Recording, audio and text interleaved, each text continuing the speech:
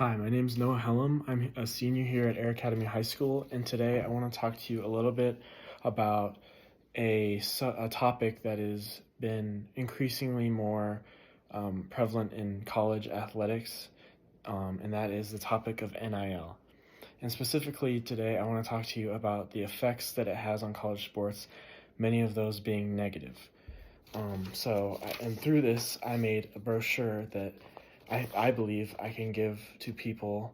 And my main target for this audience are fans of college sports, fans of institutions that participate in these college athletics, and just people who enjoy sports as a whole.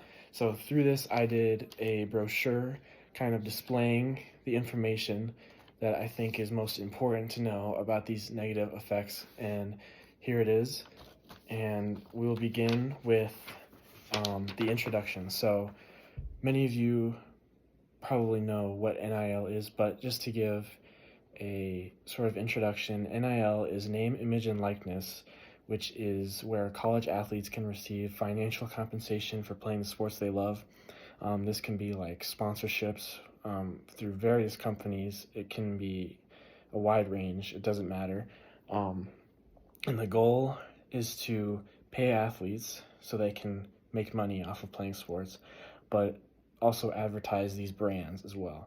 And it seems like a really great thing for everyone, but it turns out there are a lot of negative effects that come along with that. Many negative effects, such as athletes are getting paid illegally by boosters and collectives.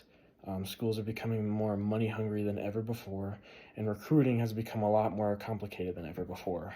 And it's making athletes seem more like employees than just student athletes. So why does it matter? With these damaging effects, there are many of these factors have contributed to a chaotic world of sports in modern day.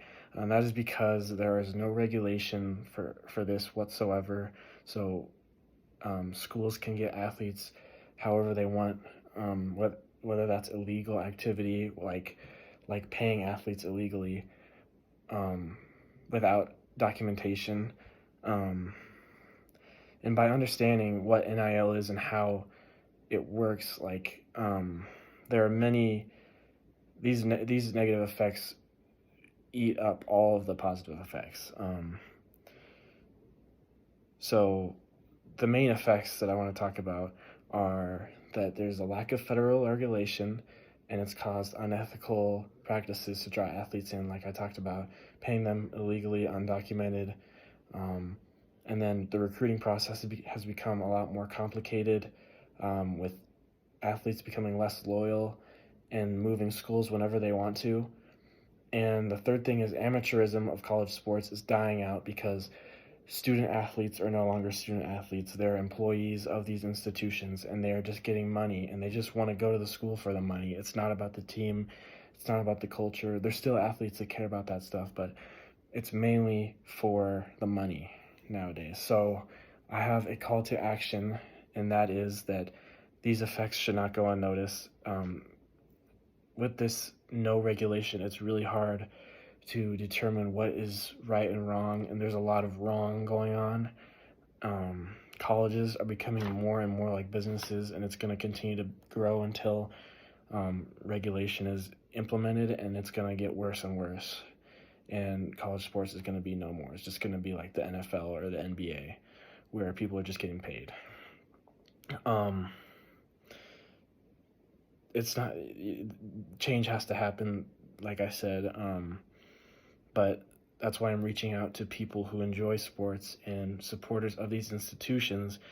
They might not know what's going on behind the scenes. I didn't know a lot before I started this. That's why I did this. I wanted to know more about NIL and how it works. So yeah, that's all I have for you now. Thank you for listening. I hope that helped you understand a little bit more about what's going on with NIL and the downsides of it, and I hope that this can help for the future. So thank you.